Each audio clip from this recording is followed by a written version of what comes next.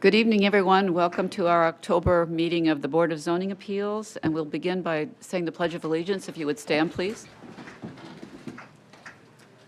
I pledge allegiance to the flag of the United States of America and to the republic for which it stands, one nation, under God, indivisible, with liberty and justice for all.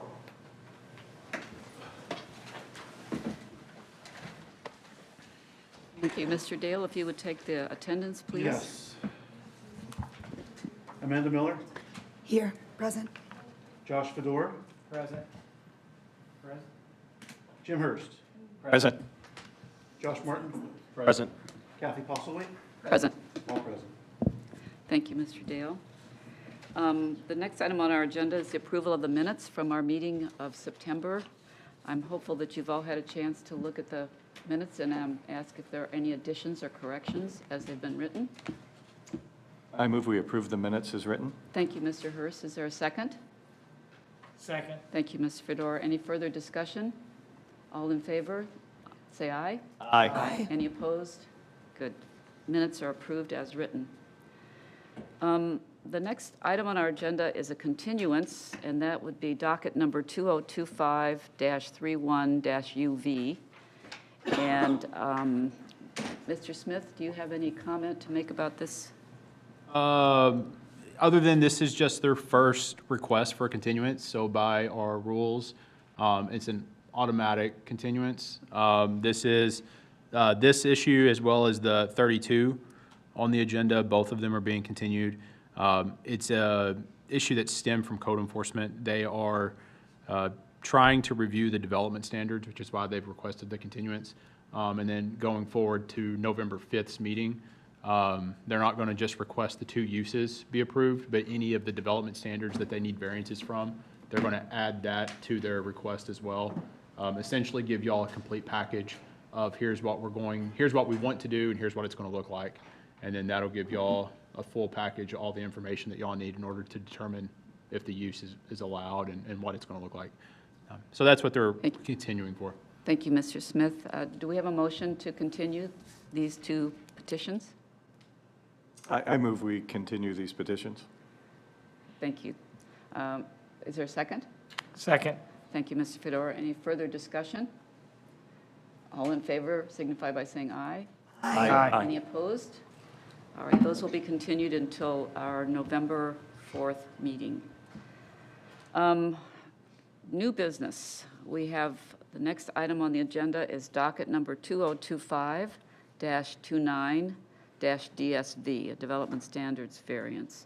William Alderson. Is Mr. Alderson here this evening? All right, great. We'll give you an opportunity in a moment to come to the podium and give your name and address, but first we'll have the staff report. Mr. Smith. Yes, ma'am. Property is 7615 Fayette Road. And as you said, it's a development standard variance to waive the requirement for public water and public sewer connection. There have been some calls that our office received about a rezoning. Just to be clear from the beginning of our report, this is not a rezoning. It's going to be a development standard variance for the requirement of public water and public sewer. If this variance is granted, the developer will be allowed to build up to 5 two-family dwelling units, which is a permitted use in this zoning district by right. To go through the staff report, we've provided a snippet of the surrounding land uses. You can see this area is zoned R2, as well as some of the surrounding properties. To jump down to the specific standard, you'll see that it's 194082, Table 4. And down here at the bottom is where you'll find the requirement for public water and public sewer connection for two-family and multifamily dwelling units. To get to staff's positioning as it relates to this specific request, there's 3 items that we have to address. The first one is relative to public health, safety, and general welfare of the community. Staff agrees with the petitioner. If this request is granted, the health department is actually the government entity that issues permits for well and septic. So even if this variance is granted, the petitioner still has to meet the standards, the minimum standards for the issuance of a permit from the health department. If they fail to meet those standards, then regardless if this variance is granted or denied, if they fail to meet the standards for the health department, they wouldn't be issued permits anyway. So because of that, that's one of the reasons we believe this is not going to be injurious to public health and safety.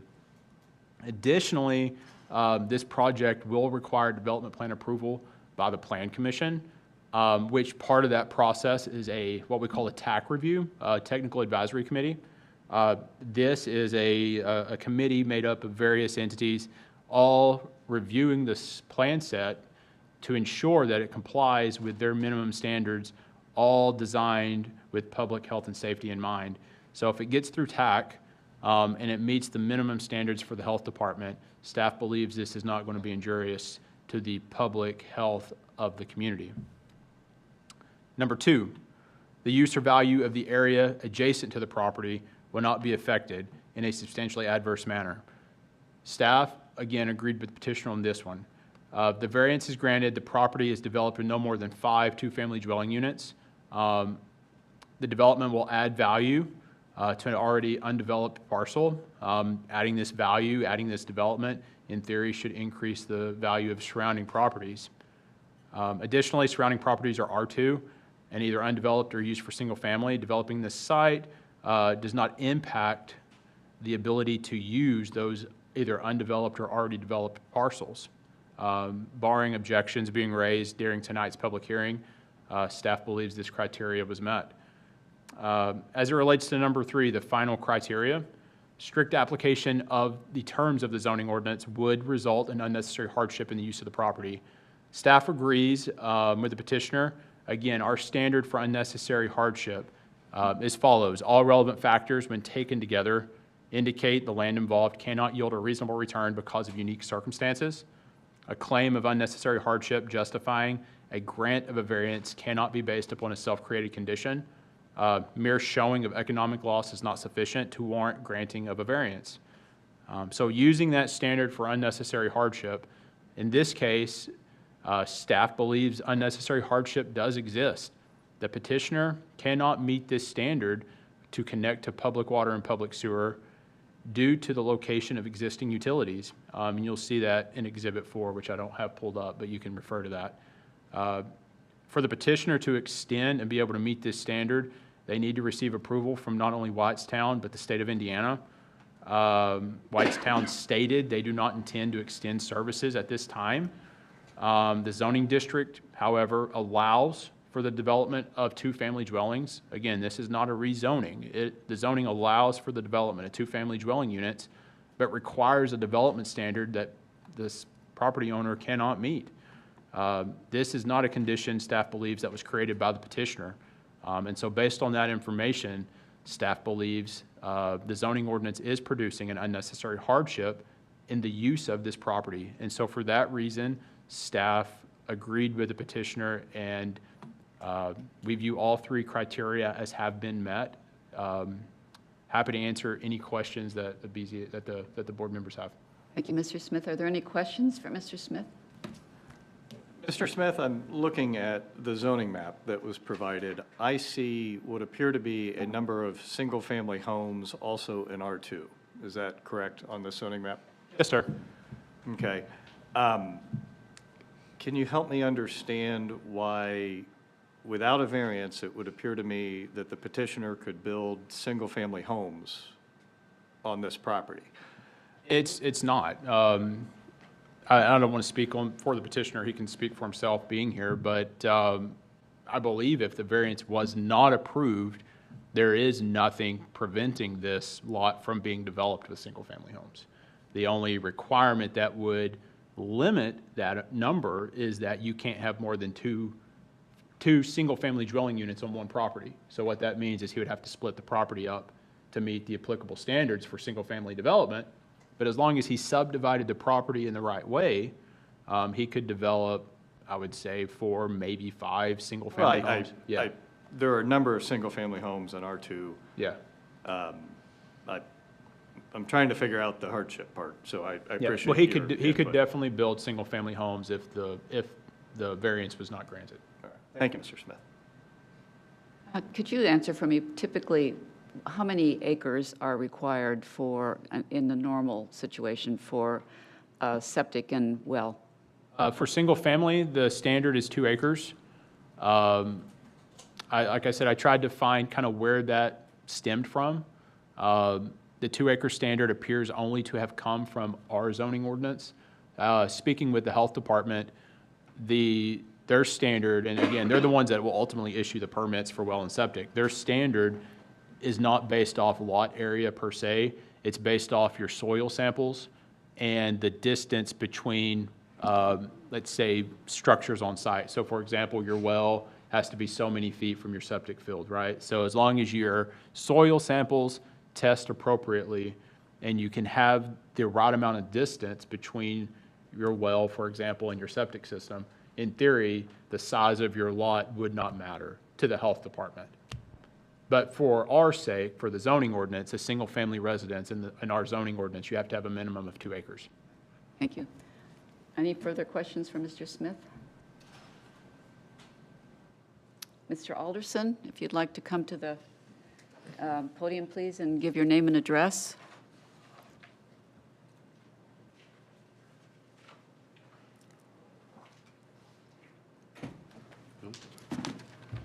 I am Will Alderson, live at 10685 North State Road 267 in Brownsburg, Indiana, 46112. And good evening, Brian Cross with Civil Site Group, offices at 718 Adams Street, Suite E, Carmel, Indiana. I'm representing the petitioner this evening on the engineering side, as well as making the application to staff. We began this project and working and communicating with staff roughly in early July, trying to find, where this property would land with development and work through the questions on subdividing and moving forward in that manner. As we had several conference calls, we realized that, yes, the variance petition is what we needed to seek for the water and sewer not available in a public manner in this area. I personally have had, several conversations with the Whitestown Utilities Public Works Director, Jason Forsyth, on an engineering perspective.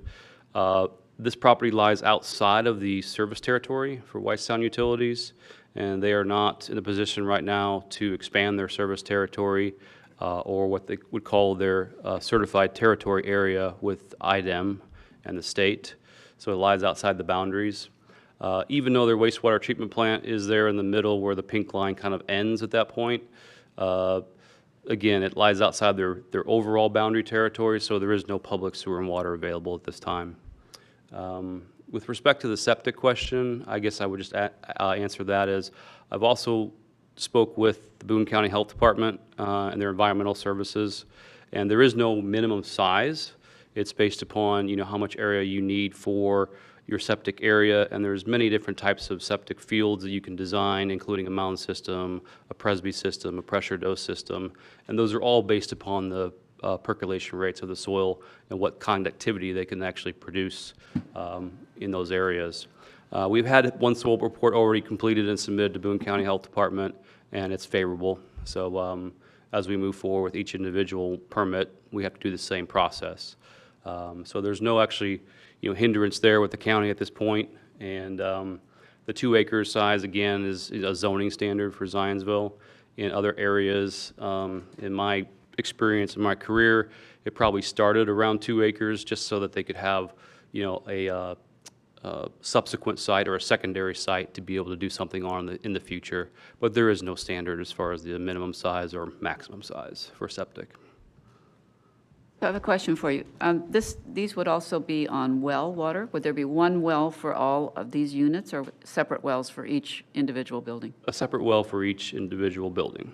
Okay, and so there'd be separate septic fields and Correct. septics for each of these individual buildings? That's correct. And how many bedrooms do each of these buildings have? So there's divided into, so there are 2 family units. So one would be a 2-bedroom unit and one would be a 3-bedroom unit. A total of 5 bedrooms, so 2 families, essentially 10 families on an 8.5 acre piece of ground? Yes. Further questions for the petitioner? Not at this time. Anyone? Well, I think we have some folks that would like to address the board regarding this petition. If you would like to just take a seat, and we'll, if you have nothing further to add. I have a couple of folks who have signed up. Karen Everett, if you would give your name and address for the record, please.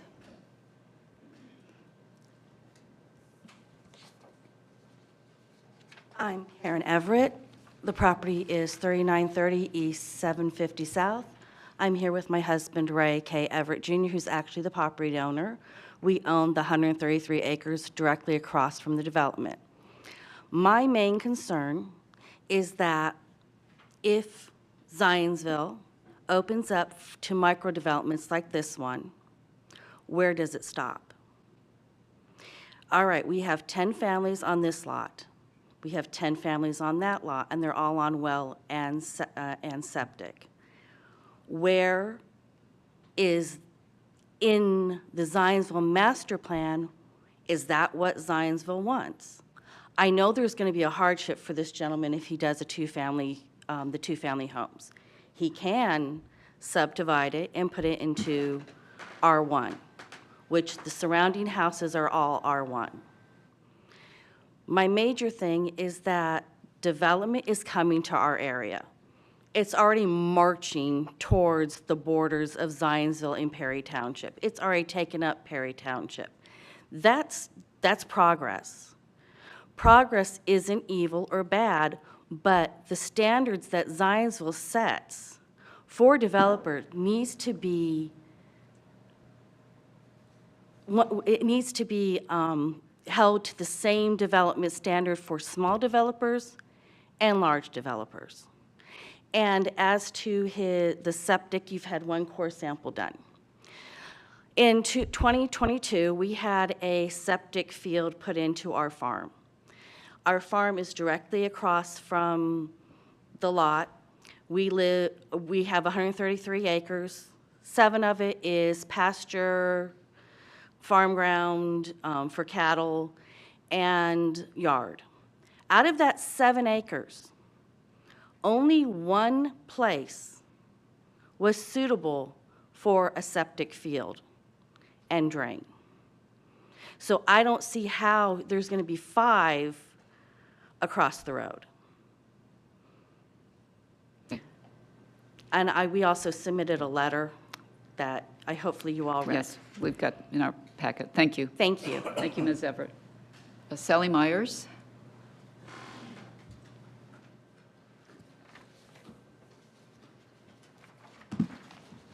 Yeah, hi, I'm Sally Myers. I live directly next to Karen and Bud, just east of them. It's 4040 East, 750 South. I guess I have a lot of the same concerns that Karen has.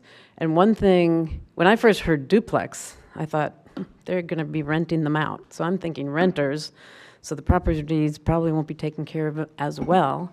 But also, if there's not city water and sewer, then right now we're in a drought, and all of us around there are on wells. We all have our own wells, and we're all very concerned about the water table right now because it's low, and because of the drought and so on. So that is a big concern. And again, yeah, 10 families on that property. Again, I understand progress, but it really needs to be done properly without going crazy. I mean, we've seen things come towards us. Green Cycle just went on next to us on the other side of the field. And, you know, so now we have all these huge trucks and trailers and all that extra weight on all of our roads. That's a whole nother issue, but it's irritating. But I don't truly understand the duplex. You know, I would be happier, I guess, with single families, and I would really like water and sewer, but I understand the hardship side too. So it's not an easy decision. I just not crazy about it. Thank you, Ms. Myers. Thank you. Drew, can you tell me, do we have anybody online that would like to speak? There's only one person online, but they have a request. Okay, all right, thank you. Petitioner, would you like to make any comment based on what you've just heard? Yes, thank you. On the first item, the Everett's comments, with the septic field, could I ask what type of septic system was installed on your property? I'm sorry, if you have a question, perhaps she can address later, but I'd rather you not be speaking to each other across the room, So the please. question would be what type of septic Right. system? Because there's 4 or 5 different potential systems that could be installed. So that's one item that I'd like to have information on from them. As far as micro developments, I mean, this is 8 acres, as it is today, being undeveloped. It's both permitted as single-family and two-family. The density could be up to 14 units on two-family. For 8 acres, it's 1.75, per acre. The residential single-family side of things, that's also an option. We wouldn't be here if we were seeking that option for a variance, because then you'd be required to have 2 acres and you can do well in septic. So I guess we're not trying to debate the use of the property and what could be there. We're debating on whether sewer and water is available and if there's a hardship. And we believe there is a hardship. We've investigated it. We've had conversations with authorities and municipalities and utility districts, and it's clearly there. The other comment regarding, 10 families and, the use of, well water and the water table, we understand, yes. I mean, seasonal water tables do change. I personally did research on DNR's website for all the wells that have been, drilled in the past 15, 20 years in that area, and most of them are between 80 to 150 feet. The most water draw in this area on a well is Whitestown Utilities for their wastewater treatment plant. And there's actually a pretty good flow on most residential well water in that area when the wells were drilled, up to 50 gallons a minute, which no residential home needs 50 gallons a minute. So I'm not concerned about, in this particular area, the in situ water table and the aquifer. It seems to be substantially compliant and can suffice for additional development. Thank you. Any further questions for the petitioner? Yeah, I do, if you'd stay up. Good evening. You, by right, with no variances, could build single-family homes. Is that something you've considered? Is that a viable option? Ask Will, was that? Yes, from a financial standpoint, it doesn't make a ton of sense where the duplexes start making more financial sense for that piece of property and what was given for said piece of property. I still am hung up on this property can be developed as single-family homes without any need for a variance. And, I would like a bigger commercial building on my commercial property, but I've got lot coverage issues, right? And so I couldn't build as big of a building as I wanted. So I appreciate your answer. I'm struggling with the hardship part. I'm sorry, I've lost my voice, but I'll do the best I can. So I'm sorry if I'm slow to this, but is it my understanding that you already have the families that will be living in this, or you'll be selling them at some, like, you're putting these to market? You're building these, developing these to put these to market? These will be built and leased tenants, yes. Okay, and lease. What are the duplexes gonna go for, from a lease standpoint? Market rate, rental rate, I know, what do you think that is? I'll get to my point there. probably in a two-bedroom scenario, $1,400 a month, $1,350. In a three-bedroom scenario, probably in the $1,650 range.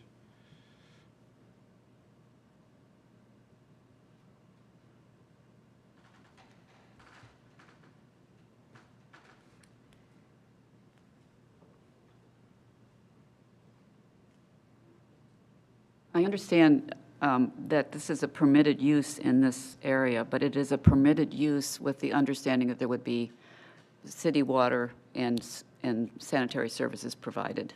Under those conditions, it is a permitted use. It is not a permitted use when those things are not there. So, I mean, I'm also struggling with the idea that this is a hardship when you have a piece of property here that could be developed with single-family homes, and you've done a calculation and you feel it's more profitable to have rental property on that lot versus building single-family homes, which would be permitted, you wouldn't be here asking for this variance. I think for me, it's pretty clear that this is just, I don't see this as a hardship. The property is still developable under other conditions. Are there further thoughts or comments? Standards are set for, it's kind of a catch. Oh, I'm dead again, sorry. And the standards exist to kind of protect from something like this in this area. I would love to have sewer and water at some of my properties. I don't, and I'm fighting a battle with Whitestown on a very similar type scenario. But until that's solved, I'm with everyone. This thing can be profitable or can still produce 4 homes on it with the 2-acre standard, maybe a single-family homes without any problems.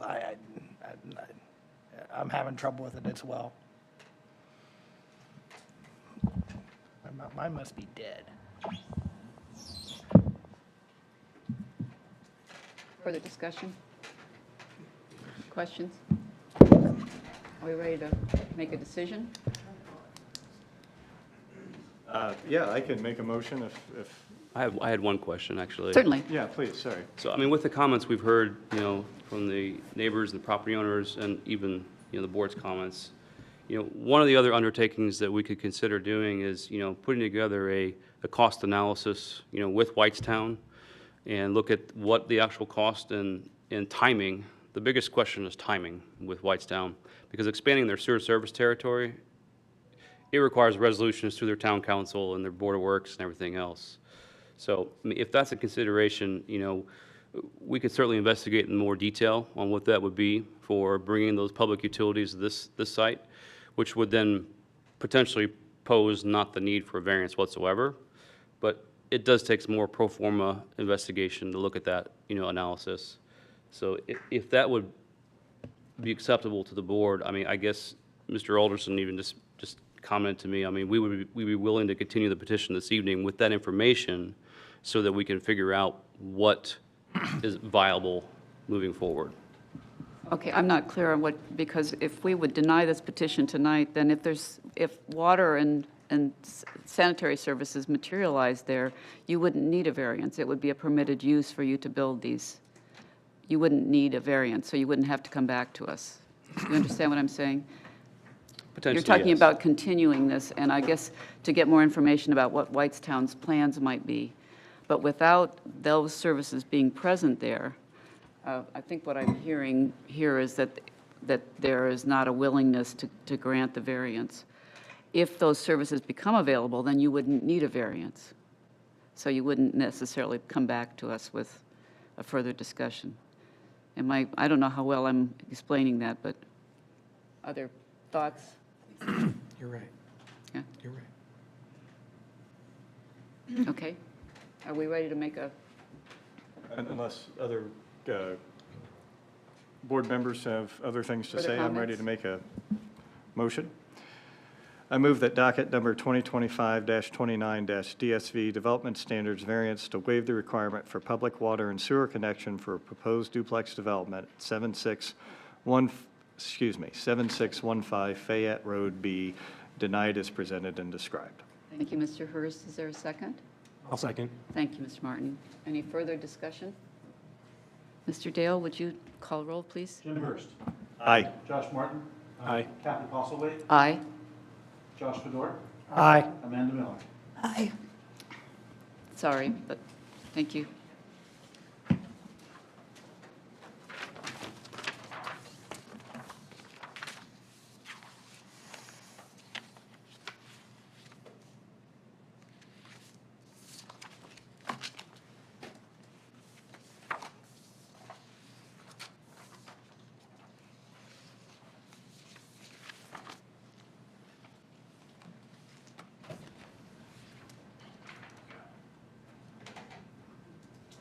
The next item on our agenda is docket number 2025-30-DSV. And this is Jason Greason. Is Mr. Greason here? Good. Okay, we'll have the staff report first and then ask you to come to the podium, give your name and address.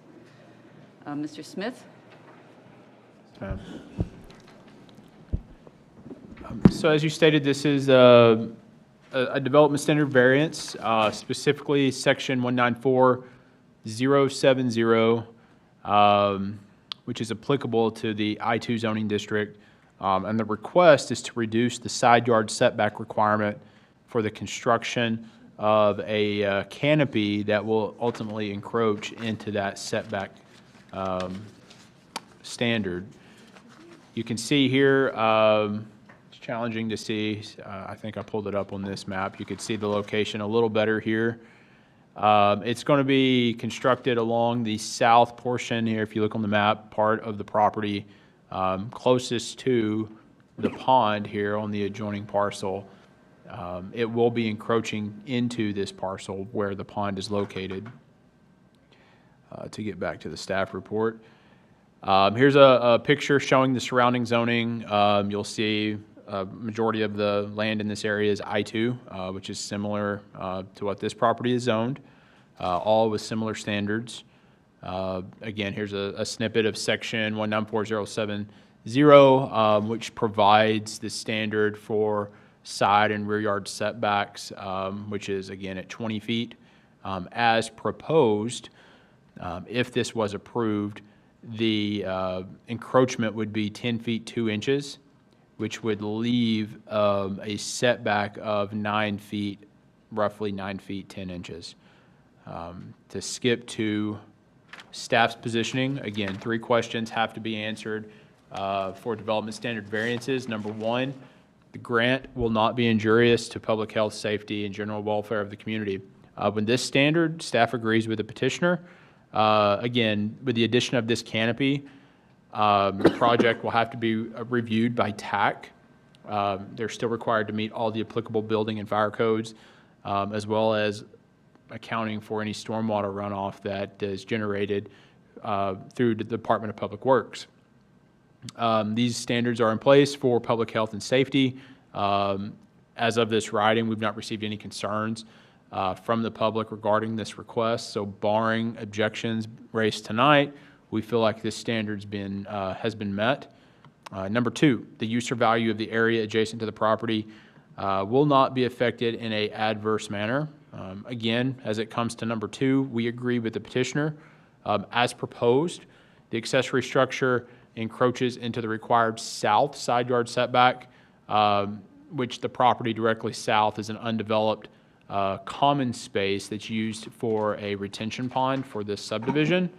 Again, despite only being 9 feet from the property line, the property directly south can still be used as a retention pond. The surrounding properties were all notified of the petitioner's proposal, and as of this meeting, no one has notified or expressed any concerns regarding the request.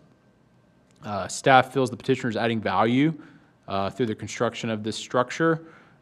Based off that information, staff believes item number 2 was met. Where we disagree is item number 3, strict application of the zoning ordinance, in staff's opinion, does not result in unnecessary hardship in the use. Staff disagrees, again, to read our standard. Unnecessary hardship means all relevant factors, when taken together, indicate the land involved cannot yield a reasonable return because of a unique circumstance. Unnecessary hardship justifying a grant of a variance cannot be based on a self-created condition. Mere showing of economic loss is not sufficient.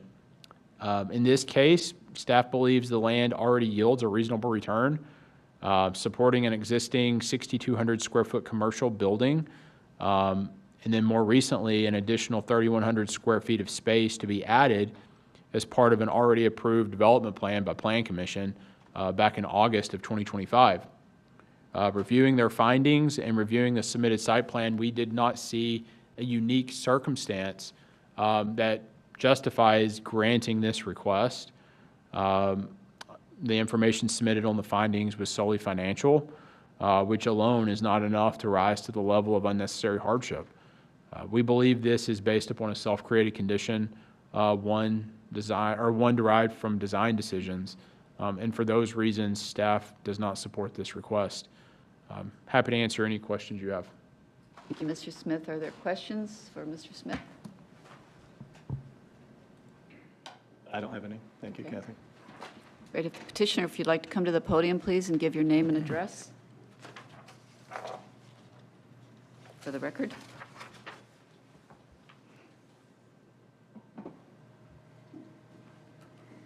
Good evening, I'm Jason Greason. I live at 235 Reading Court in Zionsville. Give your name. My name's Steve Imel. I live at 5453 West Old 106th Street, and the building's actually mine. Jason's been helping me out. I'm busy, and he's semi-retired, so he has a lot more time than I do. Oh. He's done this 2 or 3 times, so kind enough to help me. Okay. Hearing Jonathan's comments and staff report, I don't disagree. We don't disagree. The hardship that we're claiming, subject to debate, is for the overhang to be constructed. We've got to move the building. Given that it's an existing building, this is a renovation, plans are to completely remove all exterior in order to refresh the facility. What you see here is the existing on property, and that's from the midway from 106th Street. And then these are the renderings that you'll be able to see with and without the overhang that we're proposing. Obviously, that's without, and then that's with. This is a view from Deandra Drive. And then this is a lot closer than you could be from 106th Street, but from that location.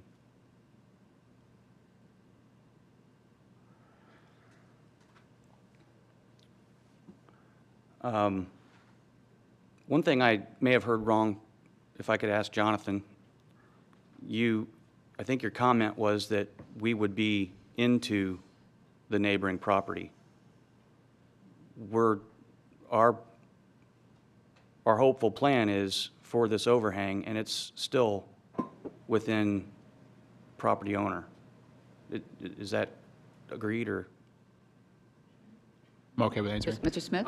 So you're not obviously encroaching onto their property, right? Okay. So you're not going onto anybody else's property, but what you are doing is encroaching into the setback that is intended to separate you from your southern property owner, right? So you are encroaching into that southern setback, which is the whole point of this meeting, right? The public hearing is to allow you to do that. If it's approved, you would be encroaching roughly 9 feet away from the south property line, 9 feet, I think 9 feet, 10 inches. So there would still be some separation between the end of your building and where your property line is located. Okay, I probably Right. misunderstood what you said. Thank you. These pictures here, we set a post. I don't know if you can pick this out, but there's an orange mark right there. That's the physical location of the overhang fascia. If it were constructed. Yeah.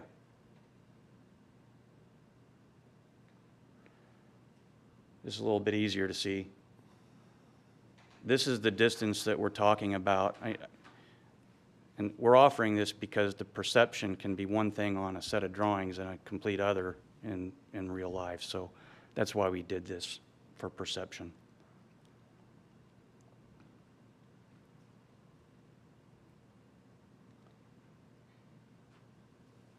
Working with plan review, we've agreed to the sidewalk construction for all egress of exits. You can see here, this is an existing sidewalk. We'd have to produce this along the others as well. But we are already going to be over the building setback line. If we go just a little bit further, we took a measurement, and we're only 34 inches from that existing concrete that you see in this picture here.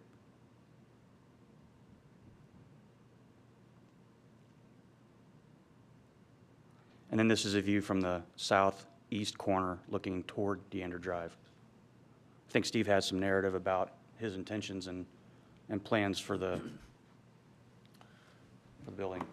That building was built, excuse me, that building was built 27 years ago. The retention pond that you see there, probably everybody here knows that area or is familiar with that area, runs all the way to the south to 106th Street. For one, there's never, ever going to be anything built or really any reason for anybody to pass along that way. And that's a common area.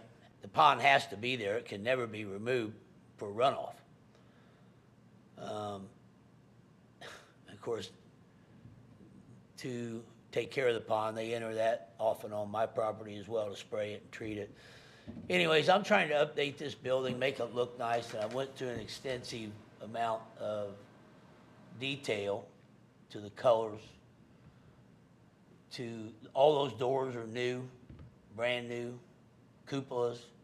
The windows on the south side that you're seeing now underneath that overhang, the builders told me, we really need to replace the windows because of the sunshine in the summertime beating on those windows and the rain and the ice and the weather that comes from the northwest or from the southwest going to the northeast across there will deteriorate those. And those doors that I have to have in there, the weather's going to be beating right up against them doors. So I'm not so sure how I'm going to keep water from running inside the building in a big storm. Now, I like the looks of it. I think it looks great. And if you see the difference between what it did look like and what it's going to look like, yeah, that's what it looks like. And what you've seen and what it's going to look like is a significant difference. And it comes at a pretty good cost.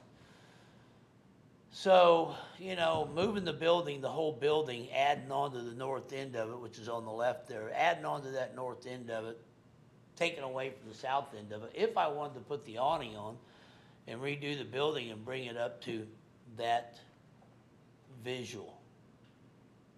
First of all, even without the awning, it's going to be the nicest looking building on that street. But it really hinders no movement of anybody on the south side or up near the pond that came. And quite honestly, I probably had to go get permission from the people, which is the park. I'm part of the people.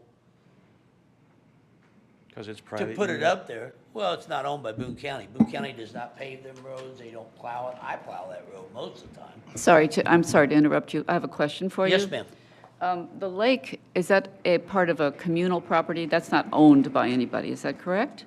Well, the development park, which is Andrade. Right. And DeAndrade, is Leo Andrade who died that years ago. I pay quarterly for upkeep for the road, No, but I'm talking maintenance, the pond. specifically about the piece of property that the lake is on. Is Yes, that ma'am. communal property? It's not to be built upon, so is it communal property, or does that have a property owner? No, it's communal property to Okay. the whole park. It can never be built on. All right, and your intention is to use this building as a commercial building, or what is the plan for the building? Well, I keep like tractors. I've got some antique cars. I've got So it's motorcycles. And your own private use and not a commercial building? At this point in time, I'm not renting it out to anybody, if that's what you're asking me. I'm not leasing it out. It's a private warehouse. Private Storage- warehouse. I keep Storage. my tractors and cars and stuff like that in it. Other questions for the petitioner? Yeah, I do. Sorry, I'm losing my voice. Have you talked to the property on the southern facing side? No, no one in, I guess, the development itself has raised any concerns about this? I've personally talked with all the owners, whether they're tenants of the buildings that are there. I've talked to those tenants, and I've also talked to the owners of those buildings. But yeah, I've spoken with everybody in the park and shared the plans. I was just curious. I mean, I love when people put money into their properties that, you know, help the value and aesthetics, and you can see that building from 106th Street. You know, it's beautiful what you've done. And I get needing an awning. And, you know, when rain's coming down, you're trying to get into a door. I'm just curious from it didn't look from that photo. You know, I'm favorable to this, but in trying to kind of work with the codes and variances that are kind of put in place, is that how big is that awning? And like, does it have to come out as far as you have it? Is it possible to bring it within? It's currently planned at 10 feet on the drawings that we provided. Okay. From the existing wall out is 10 feet.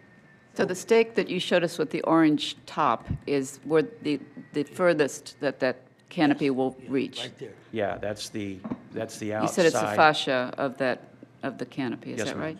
Yeah, and that orange up top, it's actually the height of the awning as well.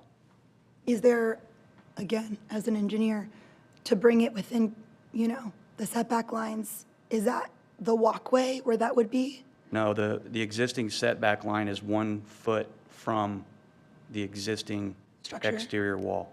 Okay. About where that white pipe is in the Yeah, photo, I see that. Yeah. give or that's the- take. Yeah, And the sidewalk doesn't qualify as part of, in the setback, is that right, Mr. Yeah, Smith? yeah, that's correct. So you can put sidewalks or that type of thing in the setback, and it doesn't, That's it's not no considered a problem. violation or an encroachment. I think they require us to have the sidewalk. In fact, I know Of they do course. for ingress and course. egress for the doors. So it's already there. What you're seeing right now is today existed. So we're really only looking for about 33 inches more all the way across there. to Well, put except that the awning. canopy is different than the sidewalk. So, I mean, as much as the sidewalk goes into the setback, the canopy is and different. we could pave the whole yard. It doesn't make any difference. It's Yeah. the Oh, I see what overhang. you're saying. Yeah, Sorry to interrupt you. no, you're fine. Yeah, I'm sorry to say, because I see this building several times a day as I travel along 106th Street, I don't find the hardship. May make a difference between me whether I remodel or leave it that way. Just saying. Is, Rather than spend another $100,000 to move it back. So is it the issue that, again, I'm not an architect or an engineer, but I'm gonna ask some obvious questions. Is it the physical posts that are the issue? If you were to have an awning coming off the building, which I've seen and built many times, a coverage, if you will, I get that the posts look very nice, but that's no issue. It's the physical posts that are holding up the awning that's the issue? I think I'm going to paraphrase, but I think the encroachment has to be a structure, and then by definition of a structure, I believe it has to be fixed to the ground or stationary to the ground. I can't remember how exactly it says it. I'm not exactly sure about the overhang without the post. I think for the reason being, we don't have a whole lot of industrially zoned projects come through that want overhangs without posts. So I'm not an expert on that, but for residential, I believe you can have overhangs with up to 24 inches. That is pretty common for like second-story balconies or patios type of thing. I'm not exactly sure the standard for I-2. I'm sorry, I didn't even think about that to look, but. I did.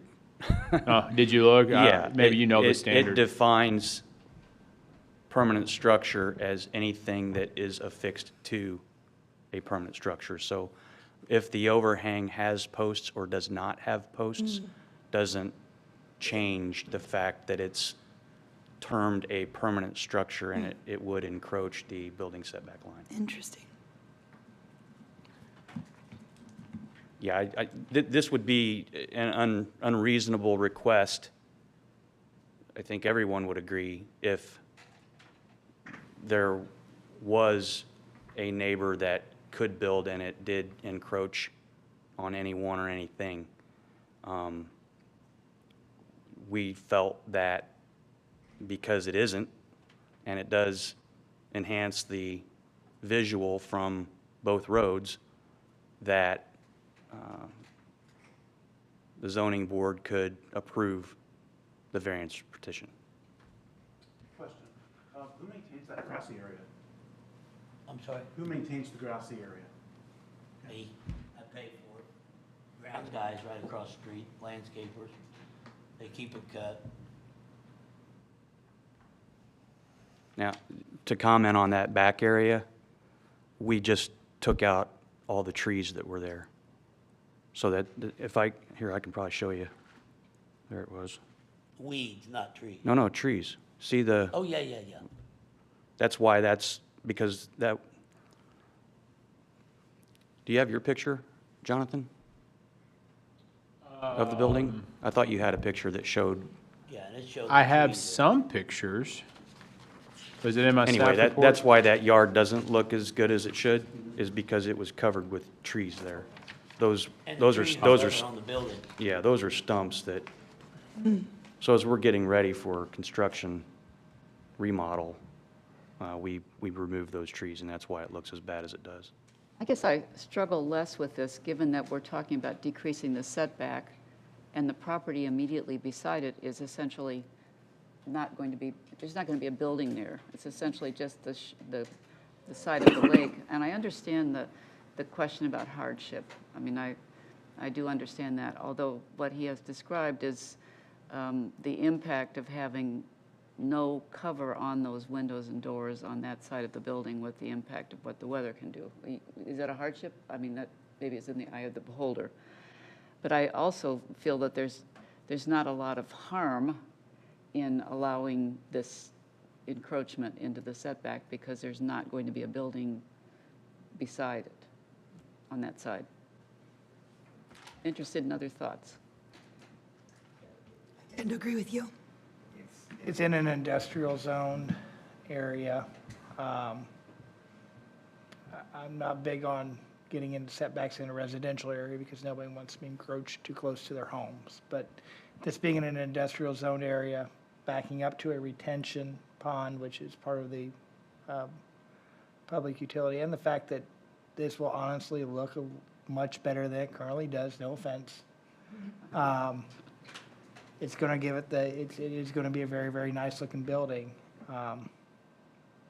I'm leaning for, I generally wouldn't, but I'm leaning for approval on this myself. We're saying positive. Like I said, it backs up to a public, or into a retention pond area. If he doesn't do anything to it, I don't think it's going to look as aesthetically pleasing as if he had done something with it. And again, it's in the industrial zone. I can give a little forgiveness on the setbacks. The purpose of the setback in some sense is to encourage light and air between adjoining structures and also allow for maintenance between structures. In this case, because of the pond, I don't think you're going to encounter those types of problems with the encroachment. And do the plans for this canopy exist? They do, yes. So they've been submitted? No, as- they were the original plans that we came to the planning commission, and it was discovered, and I learned in that pre-planning meeting that it was considered a permanent structure, and because it is, we did not submit that plan to the planning commission for approval because we wanted to keep the pace for building approval moving along. So you've gotten approval for the building without the canopy? Yes, And ma'am. now you're looking for the canopy as a variance? Well, if we can get approval for the variance, then we'll go back to, and Right. I've talked with Jody in concert, so she understands where we are on this and what we're doing. Right. And Alan has bridge that gap also. Um, Adam, excuse me, Further- not Alan, Adam. Further questions? Anybody, do we have anybody online, Drew, that would like to speak to this? Nobody? Okay. I guess I might have a question for Dan. If the variance is granted, would it only be for an awning, or could he move the building closer to that setback? It's a good question. If you grant the variance just in general, then you're saying it's okay for him to encroach the 9 feet into the setback. Better approval would be the approval with the variance on the condition that the only allowed structure is the canopy. That's a very good question. That's a good point.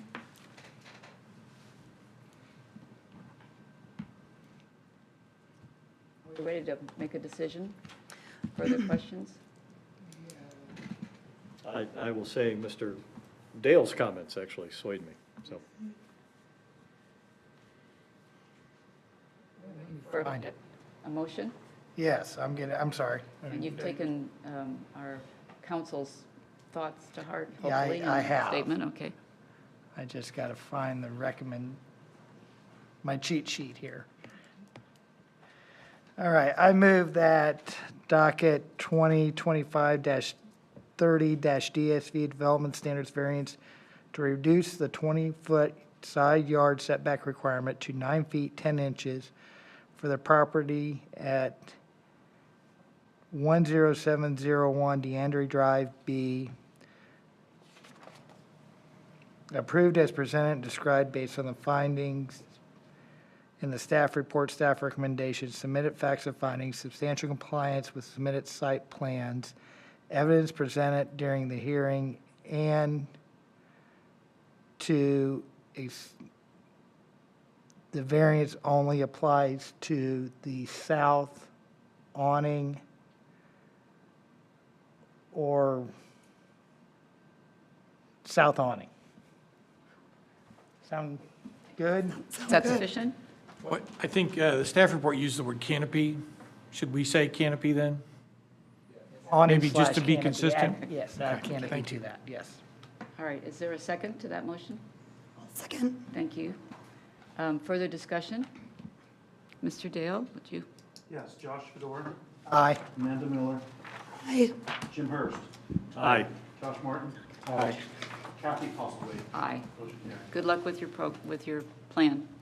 I cannot tell Thank you you. how much I appreciate the consideration, and I don't guarantee it'll look nice. And it'll stay that way. Maybe we can get somebody else to step up over there. Maybe, Shame them into doing My building's just down the street, it looks all right. Thank you, guys. Yeah, I know exactly where it's at. I know you do. Thank you. Thank you. All right, we have one other matter on our agenda, which is the BZA calendar for 2026. And I don't know, hopefully you've all had a chance to look at those dates. I don't know if there's any questions, Great question. concerns. We need to vote, I guess, to approve the dates. Noting that I am not here for the February meeting, I vote to approve the dates as presented. For a second? So moved. All right, thank you, Ms. Fedora. Any further discussion? All in favor? Aye. Any opposed? Good. Calendar is approved. Great, thank you. thank you. So hearing no other, and since the room is empty, I guess we're done. So Light night. Well done. meeting is Chair. adjourned. Thank you all. Great question.